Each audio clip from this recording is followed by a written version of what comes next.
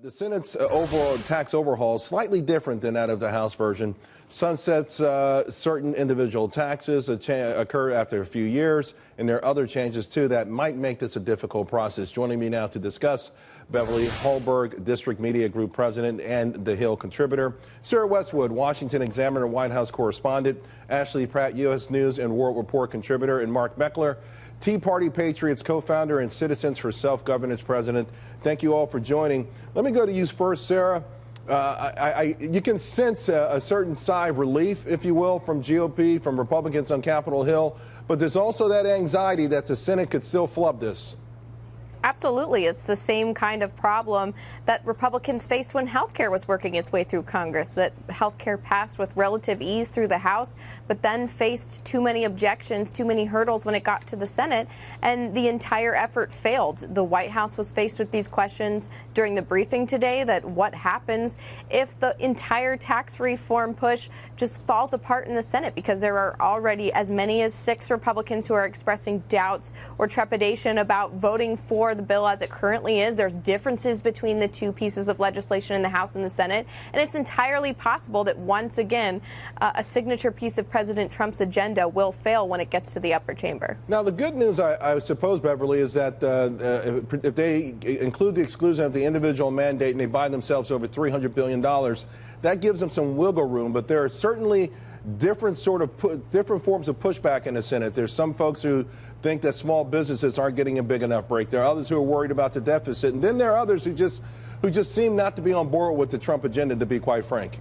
Well, I love that the individual mandate is part of this, because let's not forget that it was the Chief Justice John Roberts who said with the Supreme Court decision that the individual mandate was a tax. So it makes sense why it's being put in tax reform. Even Rand Paul, even with his banged up ribs, is coming to D.C. to push this forward. But I would agree that that does make things a little trickier when you take a look at what Sarah just said, which they weren't able to get health care passed through the Senate. But even though there are some who seem to be on the fence on this, I think some can be convinced. I think Senator McCain, you will see him push forward and maybe vote for this. So I'm hopeful that something can happen, because Republicans, they know one thing: they need a legislative victory. They do, and here's the thing, Ashley. According to the Joint Tax Commission, the JCT rather, 2027, your average tax rate for the categories that start at $20,000 and end up $75,000 actually all go higher than they currently are. You couple that with some of the other problems that people have, like small businesses not getting rates as low as big corporations, and it's still murky.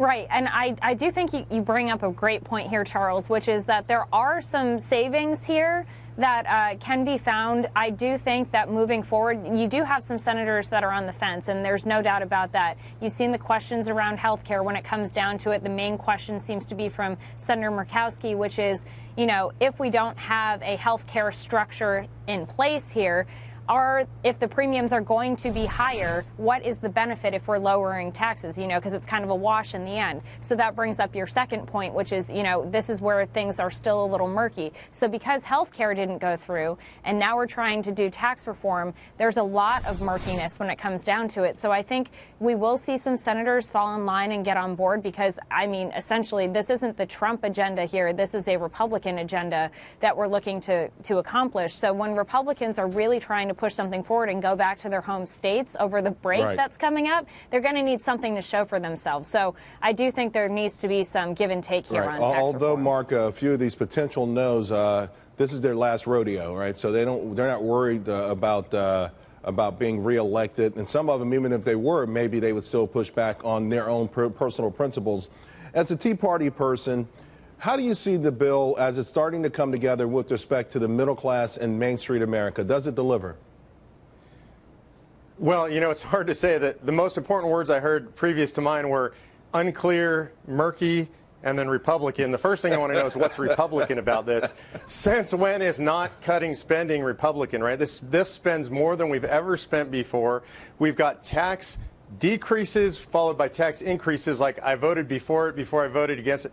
There's just a mishmash, and honestly, the grassroots are just confused. There's nothing clear coming out of Congress right now. But you do agree that lower taxes in general will help the general public, Mark?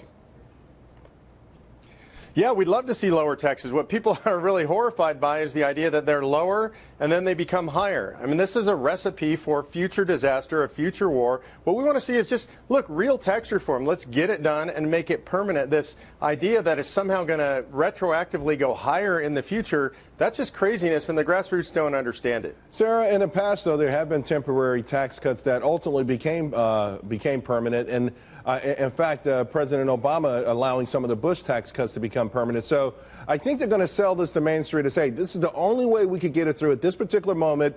Have faith, we'll deliver down the line, and these tax cuts that you're receiving now will be permanent. Is that going to be good enough? Well, Kevin Hassett, the White House's chief economist, said today that it's suboptimal to have the individual side of the tax cuts be temporary.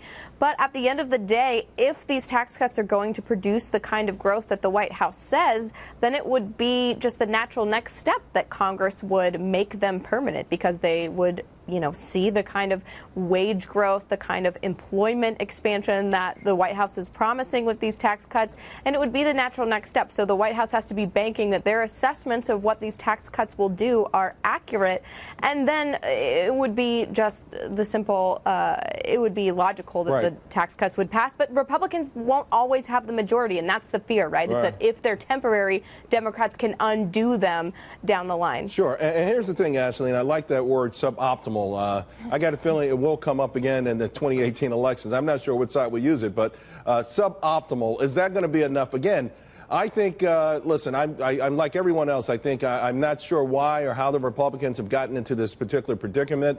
I hate to say it, but I blame the establishment for not playing ball with the chief executive. I really do. Listen, the American public voted for an agenda in November.